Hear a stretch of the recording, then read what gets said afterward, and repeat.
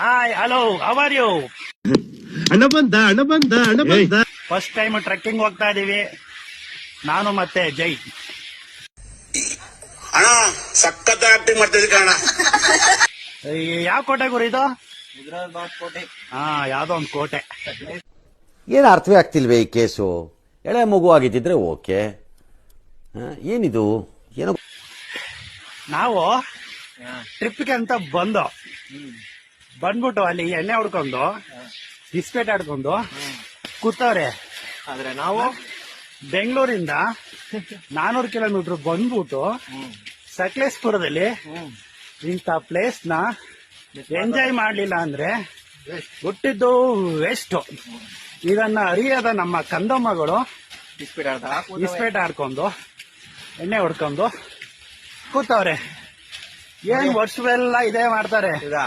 ಒಂದು ಟ್ರೆಕ್ಕಿಂಗ್ ಮಾಡುವ, ಇದೊಂದು ಬದುಕಿ, ಇದೊಂದು ಜನ್ಮವೇ, ಎಂತಹ ದುರ್ವಿಧಿ, ಇದೆಂತಹ ದುರ್ವಿಧಿ.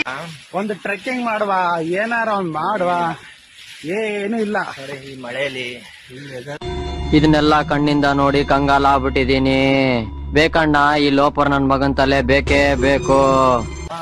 ನನ್ಗೆ ಬೆಳಿಗ್ಗೆನೆ ಫ್ಲಾಶ್ ಮಾಡ್ಕೊಬಿಟ್ಟಿದ್ರೆ ಇವಾಗ ಬರೋ ಕೆಲ್ಸನ ಬೆಳಿಗ್ಗೆನೆ ಮಾಡ್ಬಿಡ್ತಿದೆ. ಇಂಥ ಪ್ರಕೃತಿ, ಇಂಥ ಪ್ರಕೃತಿ ಸೌಂದರ್ಯ. ಬೆಳಿಗ್ಗೆ ಒಂದ್ 90% ಲಾಟ ಕುಡ್ಕೊಂಡ್ ಮನಿಕತ್ತೀವಿ ಅಂದ್ರೆ ಪ್ರಕೃತಿ ಸೌಂದರ್ಯ ಸವಿಬೇಕಂತ ಏನಾಯ್ತಪ್ಪ ಇಲ್ಲಿ?